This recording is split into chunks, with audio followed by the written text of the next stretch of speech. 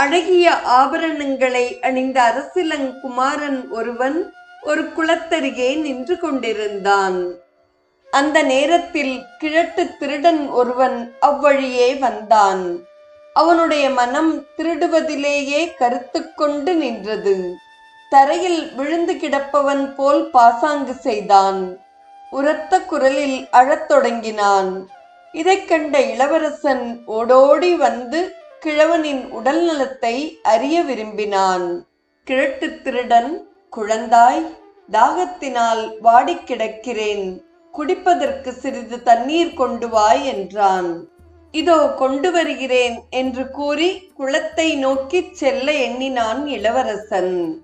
அதற்குள் திருடன், குழந்தாய், நீ தரும் தண்ணீர்தான் எனது கடைசி மரணமாக இருக்க வேண்டும். நீ மந்திர தீட்சை பெறவில்லை, ஆதலால் கடவுளின் தன்மையை நீ அறிய மாட்டாய்.